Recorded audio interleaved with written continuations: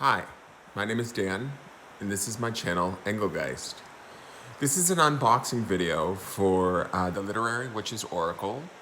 It's a 70 card deck and guidebook written by, I hope I pronounce this correctly, Taisia Kitaiskaia.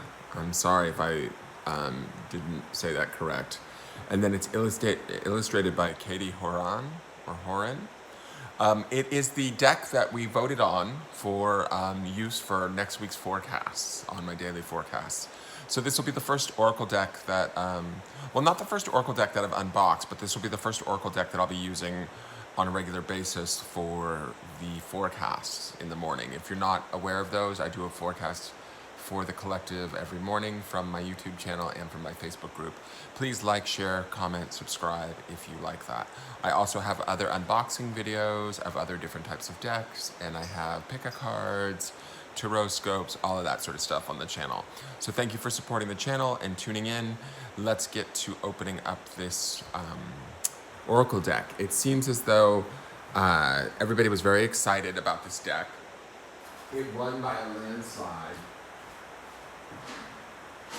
as far as people voting. I put up 4 decks, and this one was definitely the clear winner. So it'll be interesting. I don't know much about literary witches, so we'll see what that means. I sort of did the flowers with these reminded me of a maypole, and then I put it in where I burn my sage. This is my burning bowl, and I kind of thought that would be appropriate for this deck, just because of the history of what witches have gone through in history. So I wanted to sort of honor that, and also kind of in some sort of way weirdly reclaim that, especially with the full moon coming up tonight. That fire has been a power of witchcraft that was sort of used against them, I believe. So the box is really nice. It's a lovely, like, heavyweight kind of matte feeling. There's a small sticker on the side. It was not wrapped in plastic. I don't know. I know it was ordered as a gift from me. Thank you, Jennifer Nichols, one of my viewers. She ordered this as a gift from Amazon. But there was a small round clear sticker here that kept the box sealed, so it was unopened. And then it looks like, oh, it opens from the side like a book. So that's kind of cool. And then there is a guidebook right here. Huh. So the guidebook, to me, if it's nice, it's very like smooth feeling. Let me just see here. Taisia Kitaiskaia is the writer. I hope I said that right. And it's out of New York by publishers Clarkson Potter. So it gives you the Literary Witches Oracle, a brief description, how to read the cards.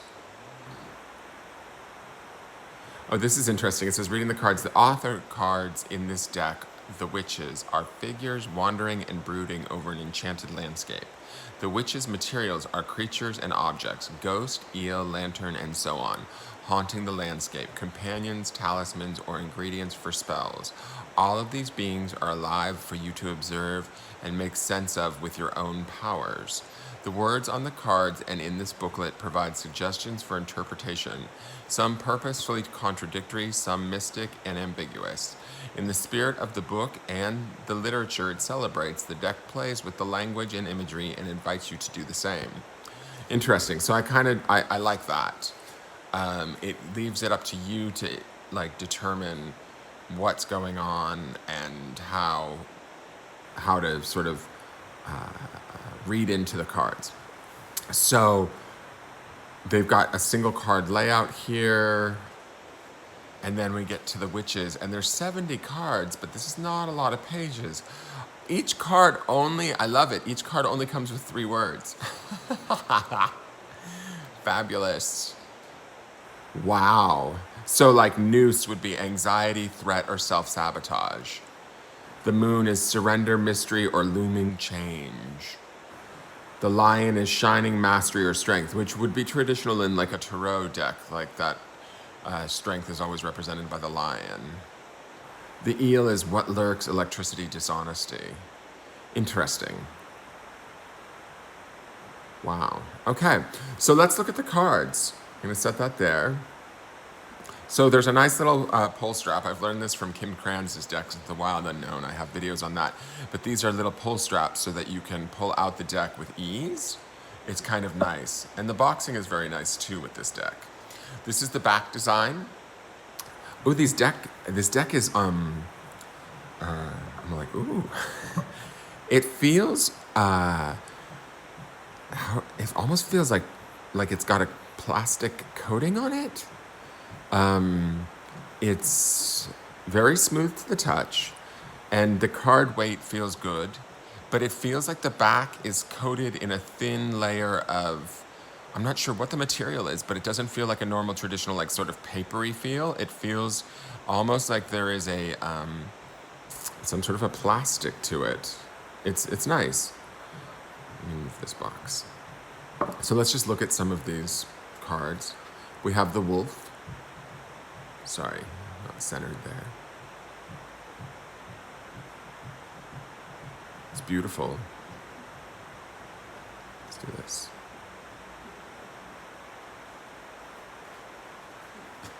We have wings. Wow. This deck, it feels like to me, really requires you to use your intuition, which again, that's similar to Kim Kranz's deck, which I like that these decks are sort of heading in that direction. Wildflowers.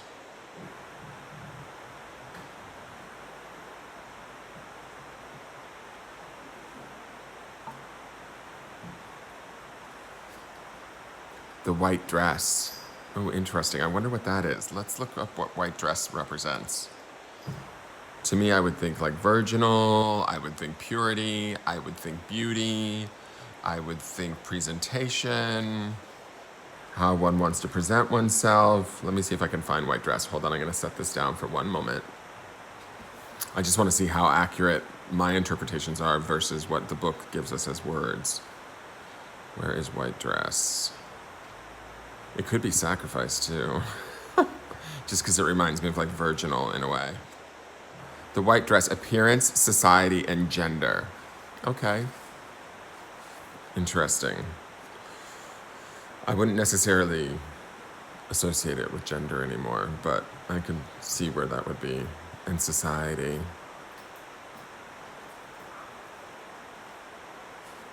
We have the wall. Who's hiding behind it? Which of you are like sort of securing and hiding yourself? Volcano. Like, watch out, people. Something's about to erupt. Or someone is about to erupt. The tree. This to me would be definitely like, I mean, the way that I would interpret this, just it's such a simple drawing, but where my eye is, or where my intuition goes, or my spirit language, my spirit vocabulary is, this is about growth. This is also about knowledge, old knowledge, because of the roots. And then when I look at this hole in the tree, this really draws my attention. Like, it's almost like it could be a portal through nature into, say, sort of other information, deeper information, earth information, grounded information, information that will help one to grow, that we have within ourselves, that is deeply rooted within us as who we are. That's how I would interpret this card without even looking at the book. So I don't know what the 3-word meaning is for tree, but that's how I actually am excited about these. I love the tone of these cards. I love the dark gray on the back, and then you have this sort of sepia tone here, and then it's very, this is toad. It's very beautiful. Like, it's just very soft and romantic in a way. So I'm glad that I chose the flowers to go with this. It's sort of, it fits this deck very well. I love this deck. Thank you so much, Jennifer. The teacup. Now this makes me think of sort of celebration, coming together with friends, home, warmth, nourishment. Interesting. And then we have spider, which could be a bunch of different things, to be honest. Like, it could be entrapment, becoming entrapped in the spider's web. It could be being bitten, or being bitten with the desire to create something new. Interesting. All right, so let's shuffle these cards. Now that we've gotten it, I don't want to go through all of them, but I do want to give them a shuffle and see how they shuffle. This is a rather, I am going to say this too, as far as my experience with Oracle decks, which is fairly limited, but I do have quite a few at this point. This is a 70 card deck. That's a large Oracle deck. That's quite a bit. That's almost on par with a Tarot deck as far as the amount of cards, which I like that about it. I'm also noticing this on the end of the box. We have this literary witch of some sort. I'm not sure who she is. She's one of the literary witches, though. She looks like she's of Indian descent. So she will be interesting to find out who she is. And I'll just read the back of the box to you. It says, discover divination using the magic of literary genius. Unearth the wisdom of the witchiest women in literary history and let their brilliance illuminate your path. Drawn from the book Literary Witches, a celebration of magical women writers, the cards in this oracle deck bears portraits of powerful female authors and mystical spell ingredients, both full of symbolism meant to nourish the witch that lives within you. Awesome. All right, so let's give the cards a good little knock there, clear off any energy, and let's give it a shuffle and see how they shuffle. So they are a bit stiff. Obviously, they're new. And this plastic, I don't know what it is. It's nice to the touch, this feel on the back of the cards, but I feel like it also sort of makes it a little bit hard to push them together. I'm assuming with age that will lessen. They're a nice size card. The deck feels, substantial. Not only a number of cards, like I said, but it also feels like meaty. And I love how sort of, I can almost feel the energy coming off of them, and they feel sort of like, you feel like you're really shuffling something of substance, right? And then I love the contrast of when you flip a card, it's just a single image with a very sparse meaning, leaving you up to your own intuition and your own sort of helping you to find the witch within you, so to speak, exactly like the author and artist intended. So I think that they did a really good job with that. And they did really beautiful. I love the art style too. I don't know what you would call it, but I love the art style. I like the noise that the cards make too. They just sound very like they aren't playing. Like when you tap them against the table like that, they make a good sound. There's a nice heft to them, or weight. Okay, one more shuffle. Let's see what the card is that we get out of here today. And I'll compare it to the book once I look at it. Ah, it's the teacup. That's so weird. That happens a lot to me in these unboxings.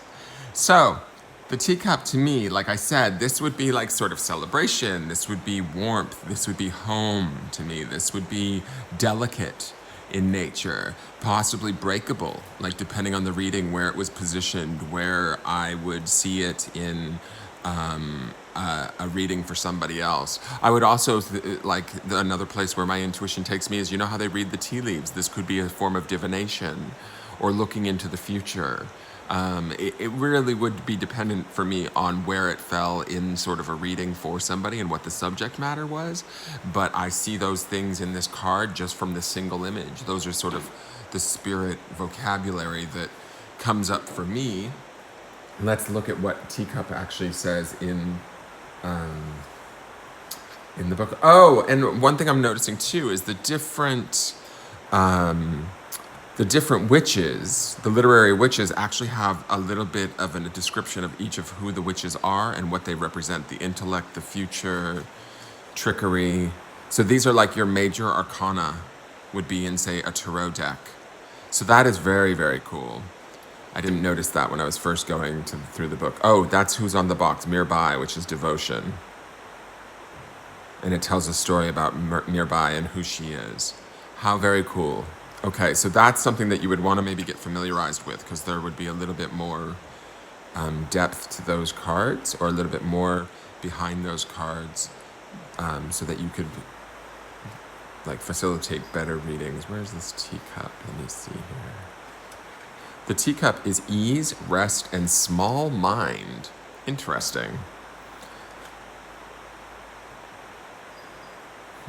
Okay. Well, would see that differently. But that's to each their own, I think. I think that this is a beautiful deck. I really love the art style. Here's Ghost. It's very simplistic.